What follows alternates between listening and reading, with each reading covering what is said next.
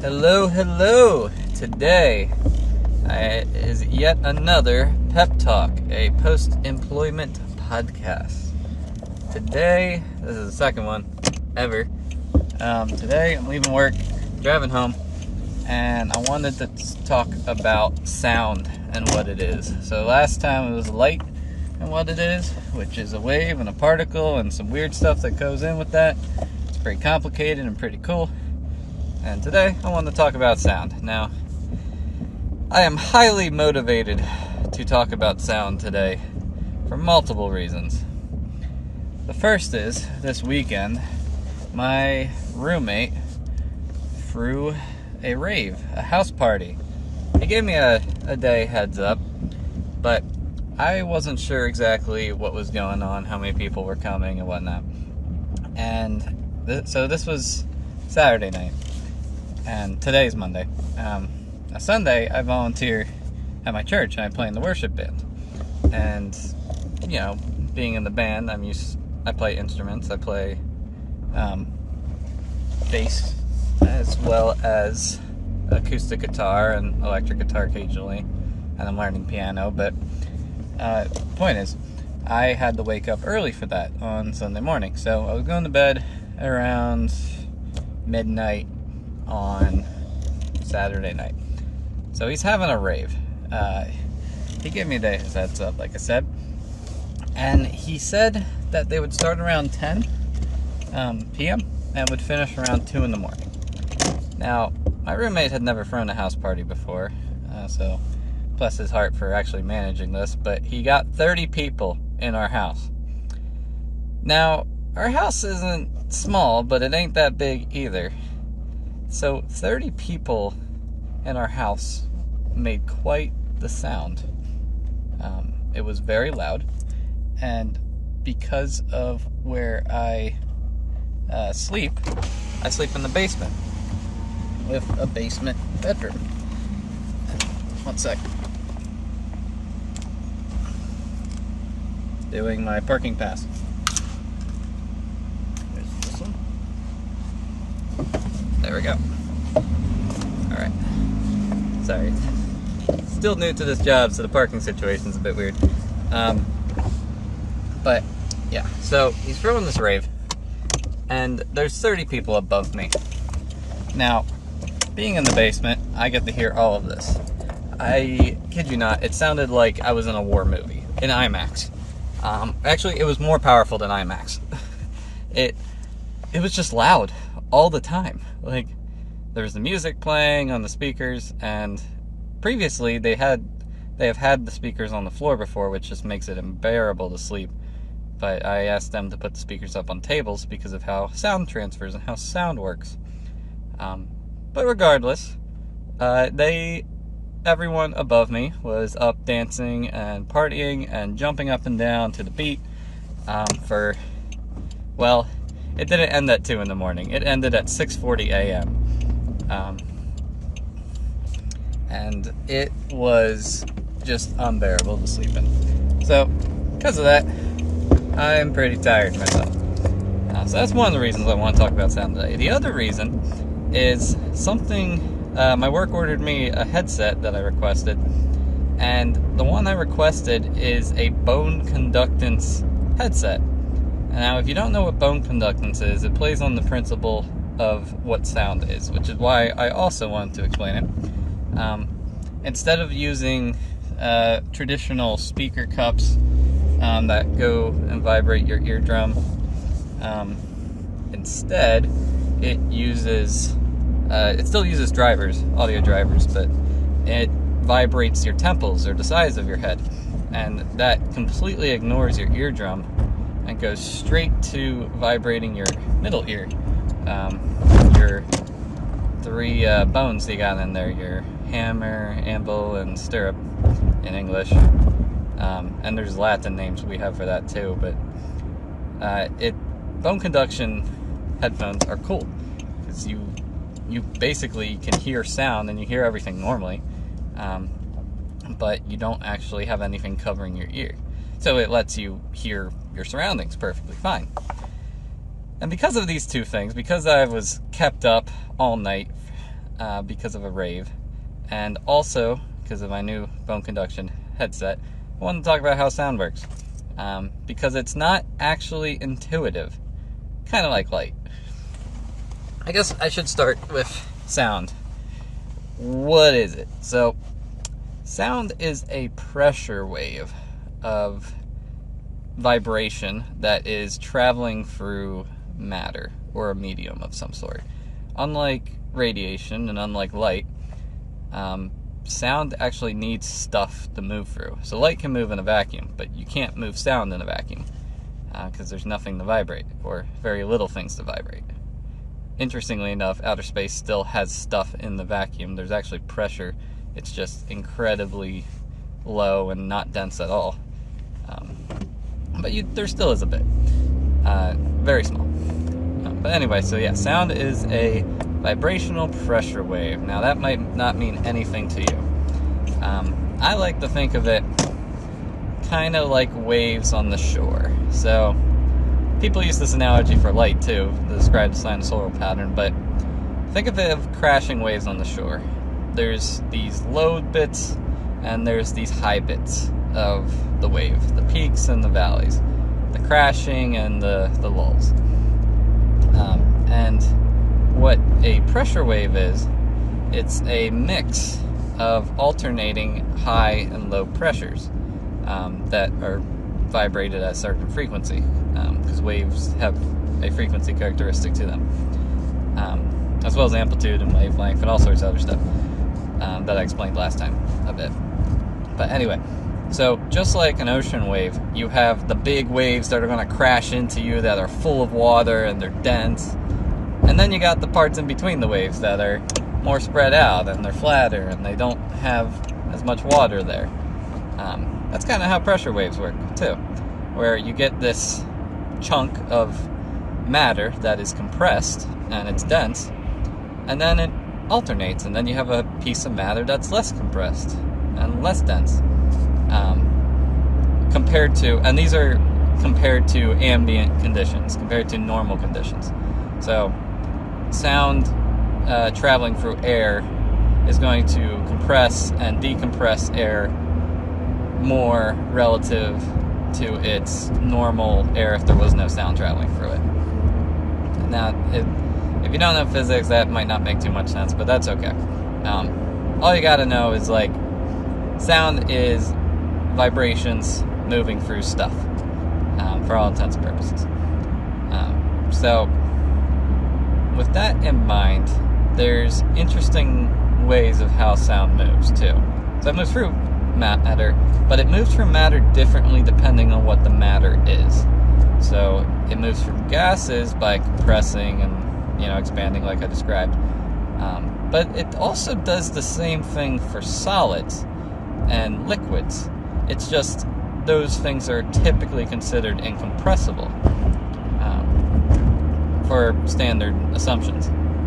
Now, when it comes to liquids, you can still compress liquids a bit, and that's how you make solids sometimes. But the speed at which you do it is actually greater because it's more rigid than air is. And when I mean rigidity, I mean the actual molecules of a liquid are held, they're less energetic, and they're usually held closer together and more tightly than they are in gaseous forms. Meaning that they're stiffer. Not that liquid is stiff, but it's more stiff than air. Or more stiff than a gas. It doesn't have to necessarily be air. Air is a mixture of nitrogen, oxygen, and a bunch of other little trace things. But yeah, so it doesn't have to, it's more stiff. And because it's more stiff, these vibrations require less energy to travel in a certain amount of distance, and there's some cool mechanics of that, but it functionally lets you make sound travel faster. The more rigid an object is, the faster it transfers sound. Transmits sound. Although, when I said it takes less energy, I don't mean, like, it takes more energy to transfer stuff through that type of matter, but it can travel faster for the same amount of energy. That's what I mean. So, like if you're screaming at a brick wall, or let's do concrete because concrete's more homogeneous. If you're screaming at a concrete wall, well, the concrete wall is going to absorb a bunch of that sound. It's going to transmit it too, but it takes a lot of energy to go and vibrate a concrete wall, because that's what sound is. It's vibrations. Now, if you're screaming or yelling underwater, try this in a swimming pool, by the way. Try talking, get a friend or your brother, or your mom or your grandma or whatever, and go in a swimming pool, and both of you go underwater, and then try talking. Don't drown yourself, but try talking underwater. You'll find that it's doable, but it's muffled, and it's harder to hear, and you lose a lot of tone, and you lose the timbre of what the sound sounds like. Because water saps the energy out of the sound that you are creating with your vocal cords and the air in your lungs that you're speaking out. So in that way, what the sound vibrates and travels through plays a big part in what it actually sounds like, as well as how far it goes, what it does, what its effect is. And humans, we're pretty smart. We've used this concept to make instruments. We've used this concept to soundproof rooms. We've used this concept to actually actively cancel out sounds coming at you, that's a whole nother thing. As a side tangent, I'll talk about active noise cancellation. So, like I said, sounds are waves, and this is unique to waves, but when you sum the properties of waves together, so let's say you have two waves, you can add them together and they just straight up add together.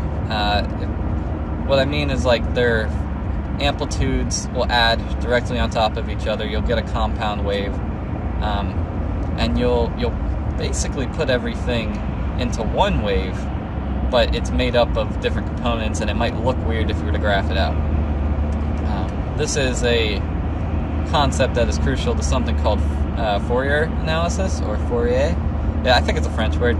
But Fourier analysis is the study and analysis of waves and decomposing them into simple, mostly sinusoidal waveforms.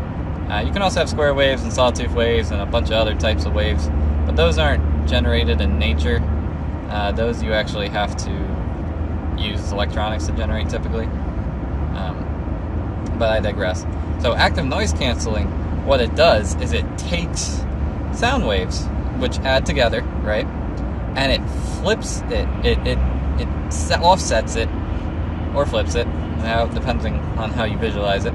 It offsets it by, we're using degrees, 90 degrees, or sorry, 180 degrees, or 90. Offsets it by 90 degrees, my bad. Such that what was a peak coming at you is now a valley, and what was a valley is now a peak. And then when those add together, the energy actually cancels each other out, which is pretty cool. So that's how active noise canceling works, is it's actually a microphone that's listening to audio coming at you, and then very quickly, and this has to be quick, very quickly sending that signal, reversing it, and then outputting it to a speaker that is then nullifying the incoming wave by sending out a wave of its own of equal power and frequency and type to the original.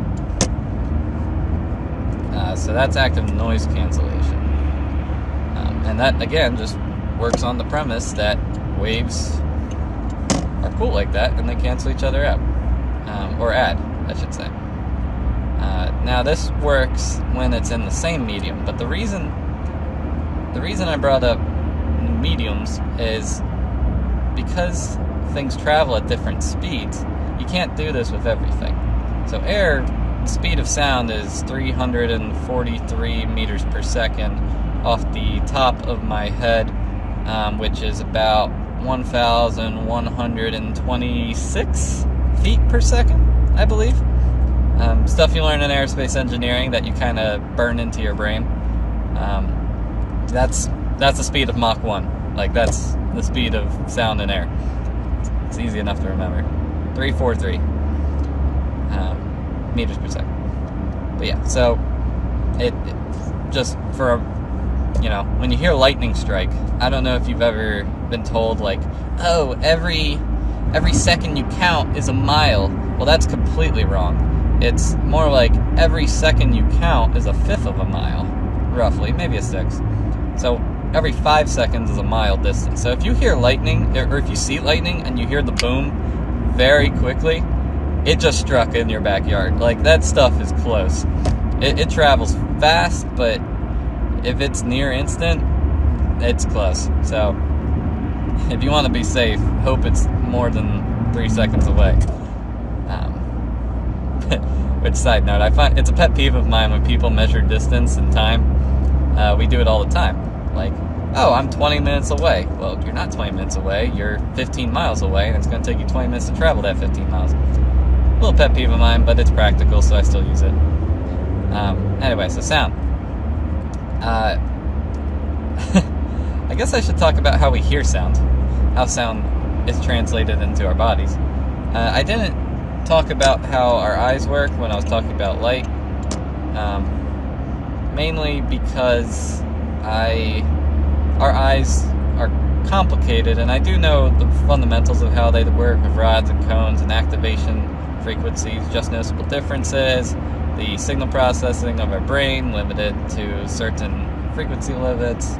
Like, personally, I see things that flash at 14 milliseconds, and I can't see below that, which translates to about 77 hertz. So, for me, I only buy computer monitors that are 75 hertz or below, because I can't notice anymore. I don't need 144 hertz. It might make a smoother image, but my eyes can't see that. So I get to save money that way. But with our ears are interesting. Ears have 3 sections to them. There's an outer, a middle, and an inner ear, like I said earlier. The outer ear is simply, it's the stuff you see, as well as your ear canal and your eardrum. So, if you ever wonder why ears look so weird on the outside, it's because they're designed to route sound to that hole in the middle of them. They're clever in how sound bounces around in there. Because when sound hits something, it's a pressure wave. Part of it gets absorbed by the material you're hitting, if it's elastic. And by elastic, I mean not as rigid. But it also will still bounce off. Unlike how light bounces off, light gets absorbed and then re-emitted. Sound waves actually just straight up bounce off. They work intuitively in that sense. So that the sound travels around your outer ear, goes into the hole, and then goes to your eardrum. And what your eardrum does is it takes vibrations and it vibrates again. It makes it louder, it amplifies it a bit. It takes raw sound and it boosts it. How it does that? Well, it's a drum. I mean, your eardrum is a drum. If you've ever seen a drum is usually a skin membrane that's been stretched out over like a piece of wood that's in a cylinder, or metal, or whatever else. Your eardrum's the same way, just flesh, which is actually just like drums, but there's no wood or metal in there, hopefully. Some people might need it. I don't know. I know you can get collets in your ear that actually go in your eardrum, and they're used to drain fluid, but that's for a very specific illness, which is pretty interesting. It's kind of gross, too. They're not collets, they're grommets, although collets and grommets do very similar things. So they're easy to confuse. But anyway, the sound travels to your eardrum, gets magnified, and then that goes to the middle ear, which I mentioned earlier, where there's 3 bones. And those 3 bones take that sound, and there's air in your middle ear, which is populated in your inner or middle ear by the eustachian tube, which, who knows, most people don't know this, but you have an open tube that goes from your mouth to your ear. Like, there's just, it's hard to notice, but open your mouth, shine a flashlight in, and it's like, it's in like the top left and right of your mouth in the back, but there's holes there. And those holes go to your ear. And there's like a membrane in there that opens and closes. But that equalizes pressure. So if your ears are ever popping, they tell you to chew bubble gum, or they tell you to yawn, or they tell you to open your mouth. That's because there's a tube in there, and when you open your mouth or yawn, that the membrane in that tube opens up. It's like a valve, and it equalizes pressure, and that pops your ears. Which is a good thing usually, because you don't want the pressure to build up in that chamber, or it might rupture your eardrum, or cause other problems with the inner ear. Anyway, so those bones, they vibrate, which do more sound amplification nonsense. Hammer hits anvil, stirrup does its own thing. It's kind of like a joint. And it sends the vibrations to the inner ear. This is a very side tangent, and I can't explain to you how I do this, but I can actually control the valve in my eustachian tube. I can consciously open it and close it. There's a little trick I picked up as a kid. It's a muscle in your head that, just like moving your fingers or moving your toes or moving your arms, you can move it and you can control it. It's my little party trick, but no one can see it, and it's not fun at all. But yeah, I can open my eustachian tube without yawning or, doing anything weird. It's strange, but it equalizes pressure. Anyway, so sound continues. It travels to your inner ear, and in your inner ear, the sound is actually converted into electrical signals. And how this happens is really cool. Your inner ear is responsible for a lot of things. It's responsible for your vestibular system of motion. It's one of your senses. You have like 8 senses in your body. You don't have 5 senses, you have like 8. And one of them is the vestibular system. And that tracks motion. And how it does that is there's 3 fluid-filled loops in your ear that are offset by very specific angles. I think it's not 90 degrees, it might be 45 degrees, but they're offset in a way that they cover all the axes. And they sense fluid traveling in your ear via inertia. So if you turn your head real quick, the fluid in your ear is going to also move. And in that little tube, and this is also how you hear sound too, in this tube, and in this, it's called the cochlea, or cochlea, I think it's cochlea, there's a fluid-filled sac in your ear. And that little sac has all these little hairs, little cilia hairs, all along it, and they feel and detect movement over them. Kind of like when someone brushes the hair on your arm, you feel that. Well, same thing in your ear. So it detects movement when the fluid moves, but it also detects sound, because sound makes the fluid move. Because sound is a vibration, and vibrations move matter in a repetitive, oscillatory way.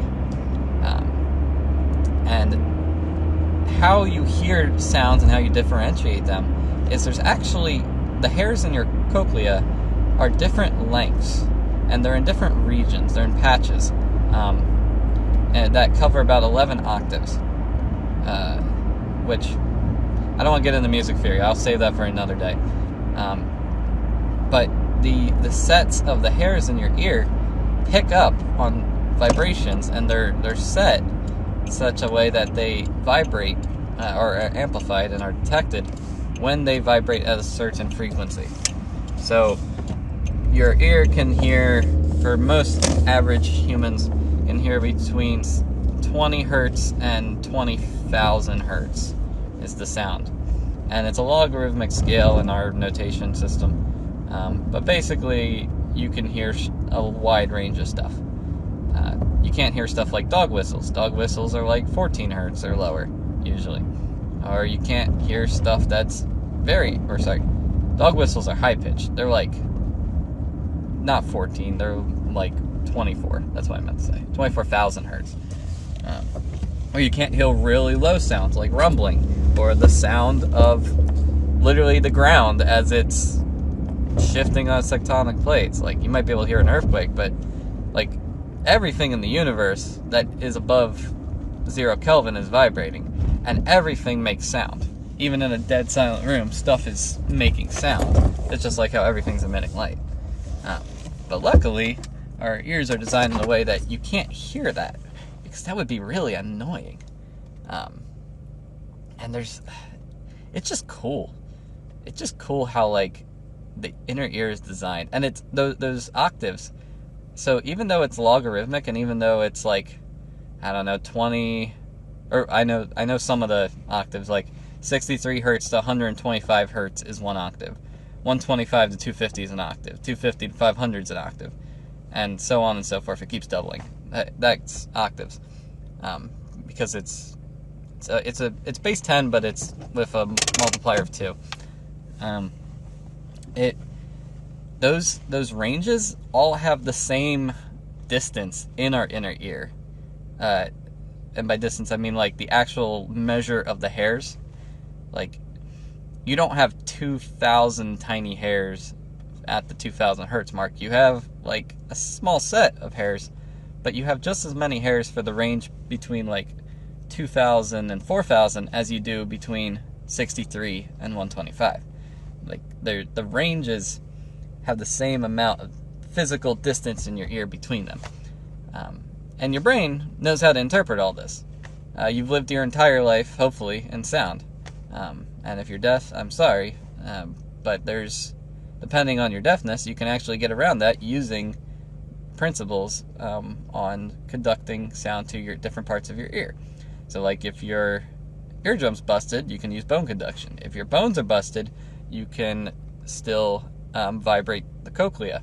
If your cochlea is busted, you can still send electrical signals to the brain using some fancy new technology, and you can still hear things. And then if your nerve is busted, well, I'm sorry, I don't know how we fix that. But your brain interprets the vibrations of these little hairs in your cochlea and sends that to your brain, or your cochlea sends that to your brain, and you hear sound. And that's how sound works from a perception standpoint. Honestly, I could go on and on about sound. Maybe I'll do music and instrumentation next, or I've been kind of wanting to do philosophy. But that's kind of like Sound 101 for practical everyday use. It's stuff vibrating, and it's a wave, and your ear is beautiful and ugly at the same time. And we can hear stuff because of that. So, anyway, thanks for listening and watching. I probably have some more stock video in the background of this. But thanks for tuning into this pep talk. And I will hopefully see you and talk to you my next ride home from work, which will probably be tomorrow. Alright, bye.